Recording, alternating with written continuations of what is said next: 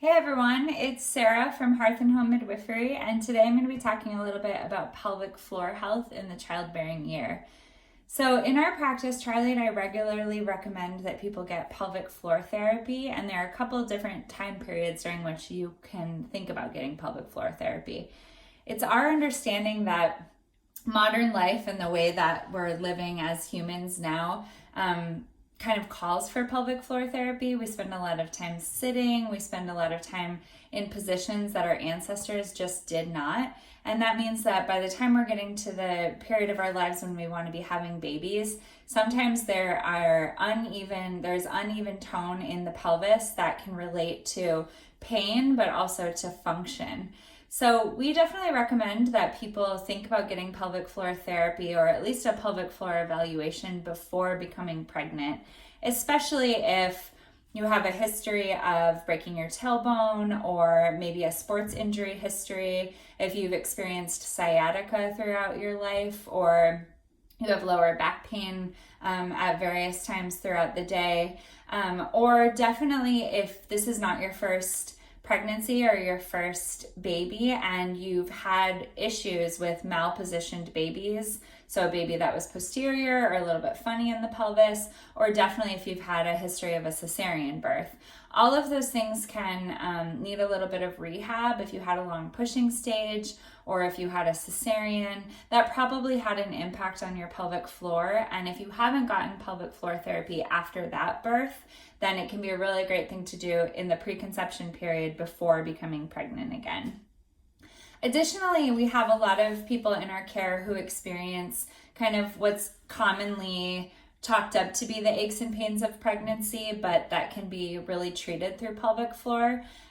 work. So that might be that you're experiencing sciatica for the first time in your pregnancy, or you just have this terrible feeling of like your hips being too wide and kind of stretching apart, or some sort of dysfunction with either going to the bathroom, whether voiding, passing urine, or having a bowel movement. If you're having pain, discomfort with that, or even hemorrhoids can be a sign that there's a pelvic floor dysfunction. Some of that might just happen in a pregnancy, especially if baby is really low in the pelvis, but many of those symptoms actually can be treated during the course of a pregnancy and make the pregnancy more comfortable for you, make it more possible for you to go for long walks and be active in the way that you want to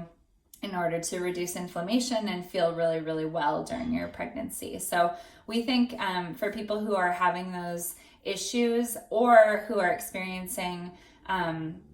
prolapse, that they are having pelvic floor heaviness during their pregnancy, it can be really beneficial to get pelvic floor therapy during the pregnancy. And then of course the time period that so many people are familiar with and we absolutely recommend for almost everyone who's given birth, if not everyone who's giving birth, is postpartum pelvic floor evaluation and pelvic floor therapy. So what we see is that whether you pushed a baby out really quickly in 10 minutes, that's a baby coming through those tissues really quickly, which can cause stretching,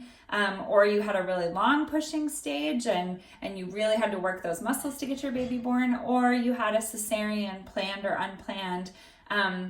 That's a lot of potential tissue trauma in the pelvic floor. It can cause certain areas to be tighter and certain areas to be more lax. It can cause issues with the bladder, with the urethra,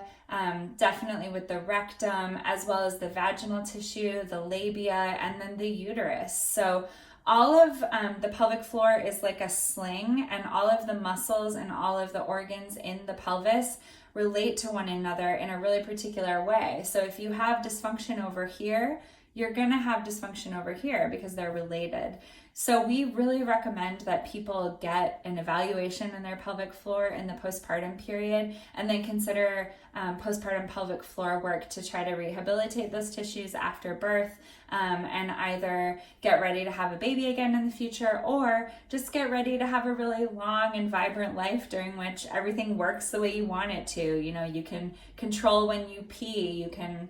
pass your stool really normally and you're in control of that, and that you can have sexual function and sexual pleasure throughout